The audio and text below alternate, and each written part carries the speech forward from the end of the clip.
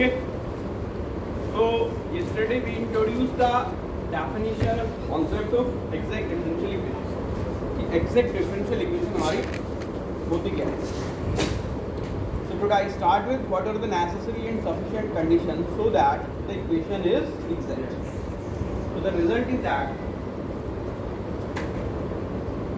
the equation, differential equation m dx plus n dy is an exact equation, exact if and only if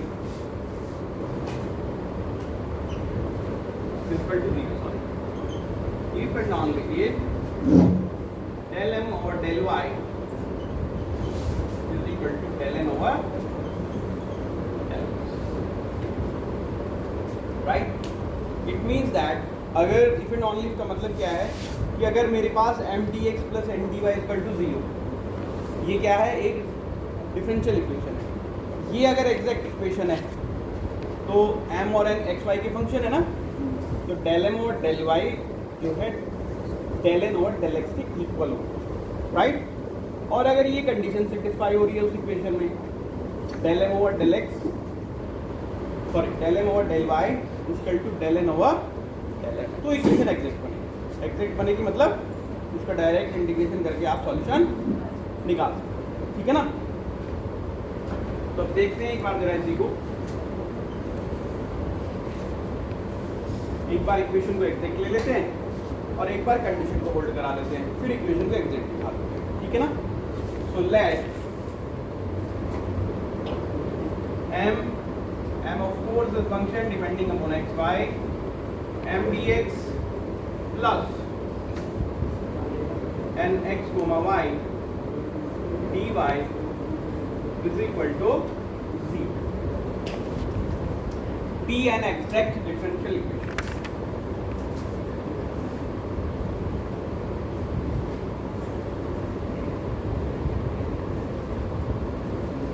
This be exact differential equation. अब अगर ये exact है, it means इसको हम लोग क्या कर सकते हैं? डायरेक्टली इंटीग्रेट करके सॉल्यूशन निकाल सकते हैं. ठीक है ना? इसका मतलब क्या हुआ? डायरेक्टली इंटीग्रेट करेंगे. There exist a function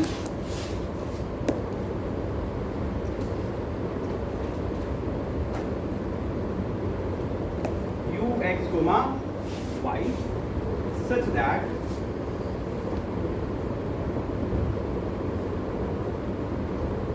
x comma y is equal to c. This is the solution.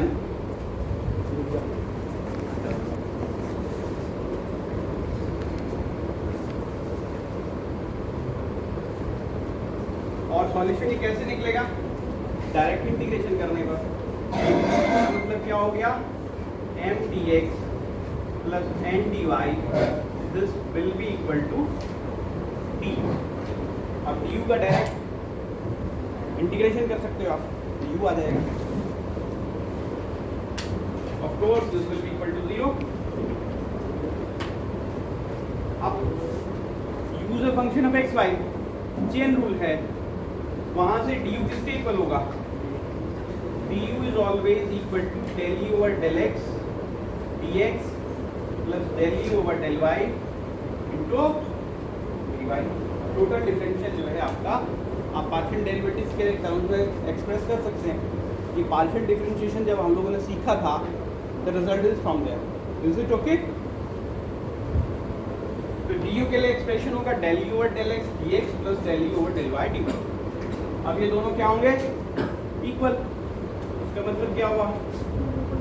m dx plus n dy this will be equal to del u over del x dx plus del u over del y. और यहाँ से जब आप comparison करेंगे, जो total differential है dx और dy, इनके टर्म्स को इक्वल करेंगे, तो मेरे पास क्या रिजल्ट आएगा?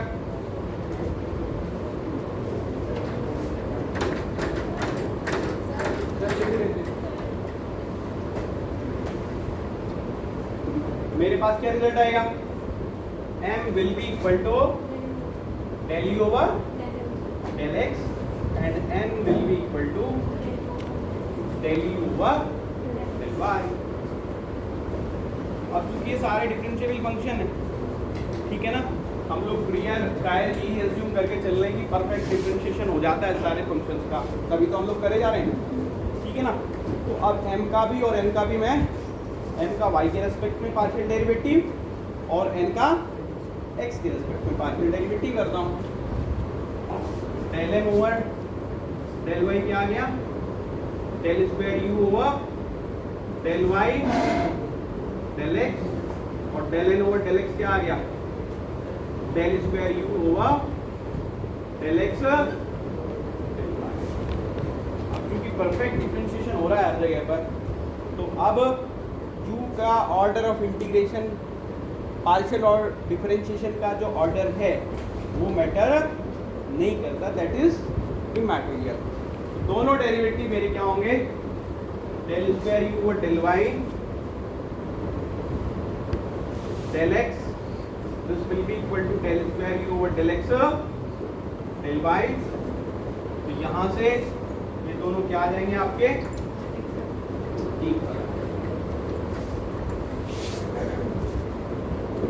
this will imply that del m over del y will be equal to del n over। अगर मेरी डिफरेंशियल इक्वेशन एग्जैक्ट है कौन सी कंडीशन सेटिस्फाई होगी, del m over del y will be equal to del n over del x। Is it clear? अब यही condition मुझे conversely देखनी है कि अगर ये कंडीशन गिवन है तो क्या मैं डायरेक्ट इंटीग्रेशन की हेल्प से उसका सॉल्यूशन निकाल सकता हूँ, तो तब मेरे रिजल्ट वाइस वर्सा भी एस्टेब्लिश हो जाएगा। इफ एंड ओनली जिसको नेसेसरी और सफिशिएंट कंडीशन भी बोला जाता है, इसका मतलब del m over del y equal to del n over del x। ये जो एक्सप्रेशन मैंने यहाँ पर लिखा हुआ है ये मेरी क्या होगी, कंडीशन नेसेसरी भी होगी और सफिशिएंट भी होगी। तो यानी कि अगर डिफरेंशियल इक्वेशन मेरी एग्जैक्ट है तो ये वाली कंडीशन सेटिस्फाई होगी, और ये कंडीशन सेटिस्फाई है तो इक्वेशन एग्जैक्ट होगी और उसका सॉल्यूशन आप डायरेक्ट इंटीग्रेशन की हेल्प से निकाल सकते हैं। कैसे निकालेंगे वो भी अब हम लोग देखेंगे, ठीक है। चलिए अब मैं करता क्या हूँ, conversely let the condition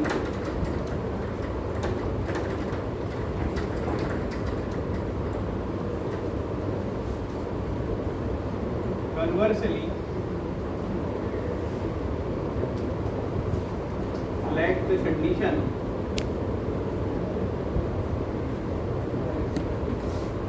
del m over del y is equal to del n over del x, ठीक है। now we consider what to be done, consider integral m dx is equal to u, treating y as constant। Condition दे रखी है साथ में, treating y as constant, treating y as a constant। यानी जो expression है ना m का, उसका मैंने क्या करा, x के रेस्पेक्ट में इंटीग्रेशन कर दिया और y को क्या मान लिया, कांस्टेंट। y को कांस्टेंट मानते हुए इंटीग्रेशन कर दिया तो खाली x बचेगा, तो जो जो भी x के टर्म्स आ रहे हैं उनका मैंने इंटीग्रेशन कर दिया। तो ऑफ कोर्स जो नया आएगा u वो x पर भी डिपेंड करेगा और y पर भी डिपेंड करेगा, तो u जो है x और y दोनों के ऊपर डिपेंड करेगा। तो I will write down it as x, y। Is it clear to all of you? Right? अब करना क्या है, What is to be done?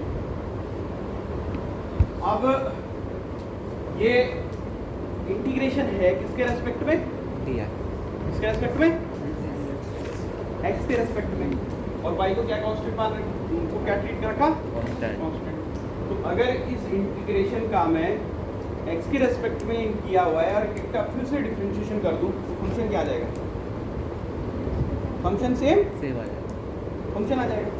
तो यहाँ से upon integration d over dx, rather I must write down del over del x of integral dx, of course this will be equal to del u over del x. तो यहाँ से क्या आ गया, m is equal to del u over del x. Is it okay? अब वहाँ condition क्या दे रखी है, del m over del y. अब इसका मैं y के रेस्पेक्ट में क्या कर देता हूँ, पार्शियल डिफरेंशियल. तो मेरे पास आ गया del m over del y is equal to del square u over del y del x. आ गया क्लियर. अब ये जो del m over del y है ये किसकी इक्वल दे रखा है, del n over del x. इसको मैं कर देता हूँ equal to del n over clear.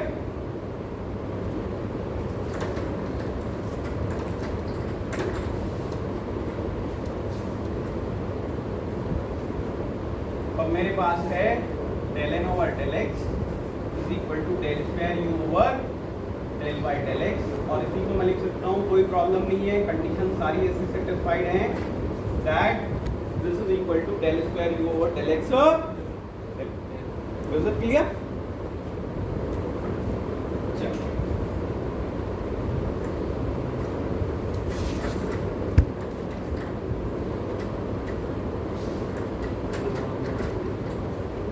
अब क्या है, del square n over del x is equal to del square u over del x. अब इसका मैं इंटीग्रेशन कर देता हूँ विद रिस्पेक्ट टू x.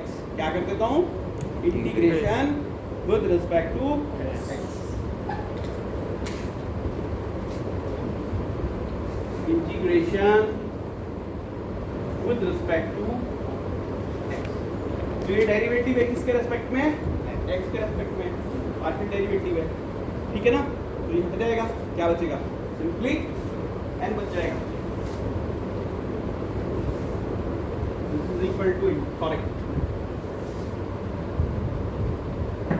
ऐसे ही ये del स्क्वायर u और del x del y है ना, तो यहाँ पर x के रेस्पेक्ट का पार्शियल डेरिवेटिव हट जाएगा. तो सिंपली क्या बचेगा, del u ओवर और प्लस, चूंकि इंटीग्रेशन किसके रेस्पेक्ट में किया है, x के रेस्पेक्ट में. तो अगर कोई y का टर्म हो और y के टर्म का x के रेस्पेक्ट में पार्शियल इंटीग्रेशन करते हो तो क्या आता है आंसर, 0 आएगा ना. अगर कोई भी y का टर्म है उसमें x नहीं है तो उसको y को कांस्टेंट ट्रीट करते हो ना तुम लोग, ठीक है ना, तो 0 आ जाता है. तो प्लस इसमें मैं और लिखता हूँ, there is some function f depending upon y. Clear, ठीक है ना. क्योंकि अब इसका आप x के रेस्पेक्ट में पार्शियल डेरिवेटिव कर दोगे तो del n over del x, del square u over del x del y, और इसका क्या बनेगा, 0 बिल्ली आ जाएगा. तो वो इंटीग्रेशन उसकी रिवर्स प्रोसेस हो गई. तो इसका मतलब जो फंक्शन n है उसमें दो पार्ट होंगे, एक तो होगा del u over del x और दूसरा होगा कोई भी फंक्शन डिपेंडिंग अपॉन y. इस तरीके का ये n होना चाहिए हमारा, ठीक है ना, अगर मेरी कंडीशन सेटिस्फाइड है. Is it okay.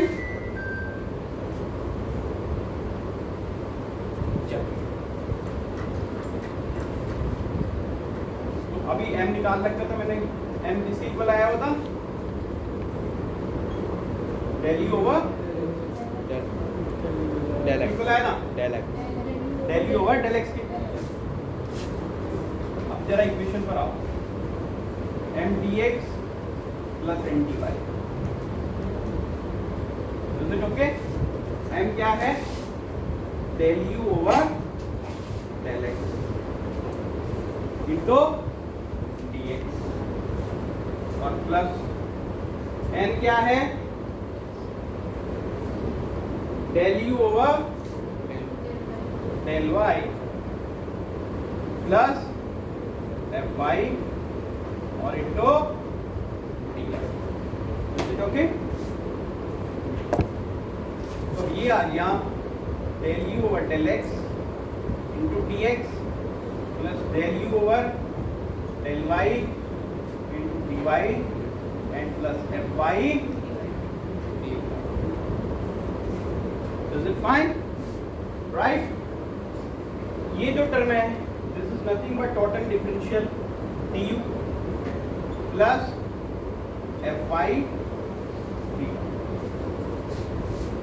तो अब जो ये इक्वेशन का टर्म है मेरे पास m d x plus n d y, ये किसके इक्वल आ गया? D u plus f y d y.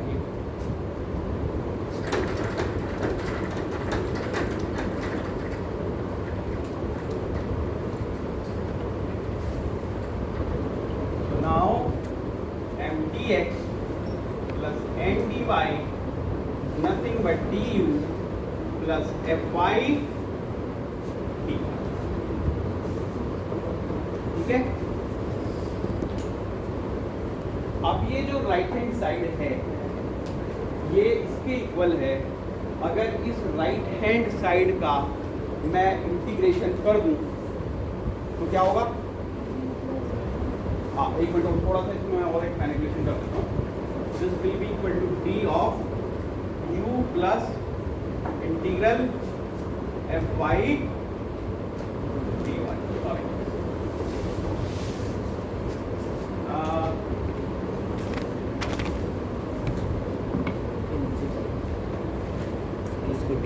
Okay, तो अब ये क्या है कि टोटल डेरिवेटिव है this one.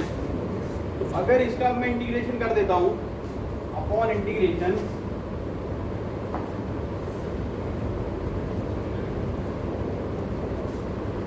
Right hand side will be equal to u plus integral f Y.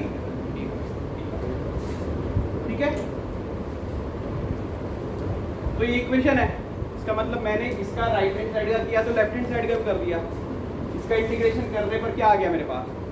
u plus integral f y d y. इसका मतलब integration करने पर मुझको क्या मिल गया? u plus integral f y d y.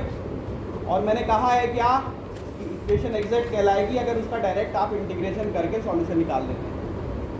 इसका मतलब राइट हैंड साइड का क्योंकि डायरेक्ट इंटीग्रेशन कर देने पर ये फंक्शन आ गया मेरे पास, तो ये जो फंक्शन आया है this function equal to c will be the solution of your differential equation m d x plus n d. ठीक है ना। इसका मतलब right hand left hand side का मैं कर सकता क्या हूँ? डायरेक्ट इंटीग्रेशन किया ना यहाँ पे अपॉन इंटीग्रेशन, रिजल्ट मिल रहा है। तो उसका मतलब क्या है? इक्वेशन मेरी क्या होगी? So this implies that the differential equation is exact। ठीक है। तो solution is u plus integral fy dy is equal to c। ये मेरा सॉल्यूशन मिल जाएगा। अब जरा आप ध्यान करो, u क्या निकाला था मैंने? Integral m dx, integral m dx और y को क्या ट्रीट किया था? तो जो m वाला पार्ट है उस m वाले पार्ट में y को क्या मानो? कांस्टेंट, और x के रेस्पेक्ट में कर दो इंटीग्रेशन, तो मुझे ये वाला टर्म मिल जाएगा। ठीक है। Plus integral f y d y. F y कहाँ आया था? एफ वाई कैपिटल एन का पार्ट था ना। yes. और केवल एफ वाई का मतलब एन का पार्ट है, और अगर केवल एफ वाई की बात कर रहा हूँ तो उसका मतलब उसमें एक्स नहीं है। तो कैपिटल एन जो पार्ट है उसके केवल वे टर्म लो, you take only those term जिसमें केवल क्या है? वाई है, उसका इंटीग्रेशन कर दो। ठीक है। एक्स छोड़ दो, एक्स वाले टर्म क्या रिटेन करना है? एन के केवल वे टर्म जिसमें केवल क्या है? वाई है, और उसका इंटीग्रेशन कर दो, हो जाएगा। और उसको इक्वल कर दो सी के, तो आपको एग्जैक्ट डिफरेंशियल इक्वेशन अगर कोई है तो उसका सॉल्यूशन आपको मिल जाएगा। तो अगर आपसे बोला है कि integral m d x plus n d y equal to 0, इसका सॉल्यूशन निकालो। तो सबसे पहला काम तो क्या करना, इसको चेक करना ये एग्जैक्ट है या नहीं। एग्जैक्ट चेक करने के लिए क्या कंडीशन देखोगे, del M over del y del N over del x के इक्वल है या नहीं। और अगर वो इक्वल है तो इक्वेशन हो गई एग्जैक्ट। अब निकालना उसका सॉल्यूशन। तो सॉल्यूशन निकालने के लिए क्या करना, पहला टर्म u आएगा, m है ना तुम्हारे पास, m का कर दो x के रेस्पेक्ट में इंटीग्रेशन, और y को क्या मानना है, कांस्टेंट। एक पार्ट आ गया, प्लस ये जो कैपिटल N है दूसरा, उसके केवल वे टर्म लो उसमें केवल क्या है, y है, उनका y के रेस्पेक्ट में कर दो इंटीग्रेशन, और इक्वल टू लिख दो c के। तो आपका सॉल्यूशन आपको मिल जाएगा। बोलो बात क्लियर है क्या? चलो एक बार मैं इसको समराइज कर देता हूँ रिटन में।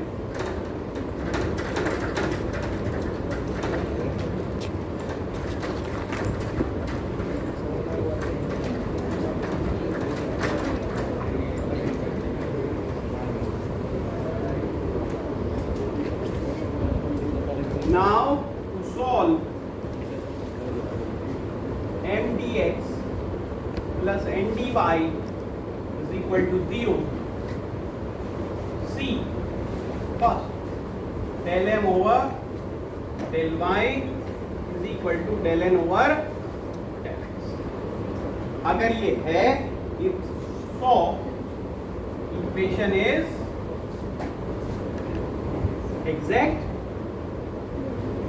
तो सॉल्यूशन कैसे निकलेगा, इंटीग्रल ऑफ m dx, ठीक है, treat y as a constant, plus integral n dy is equal to c, take only those terms with y only.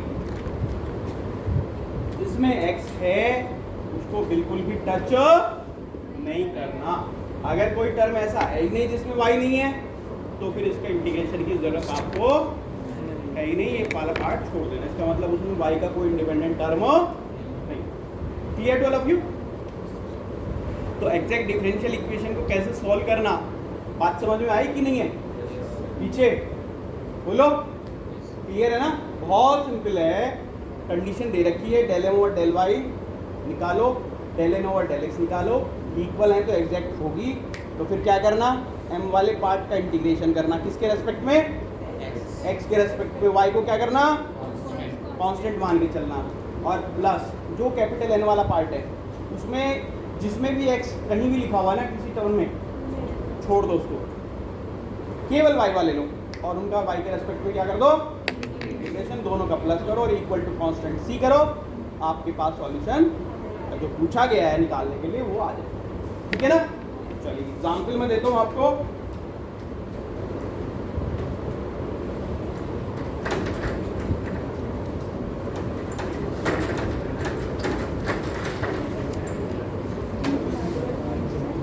dy upon dx is equal to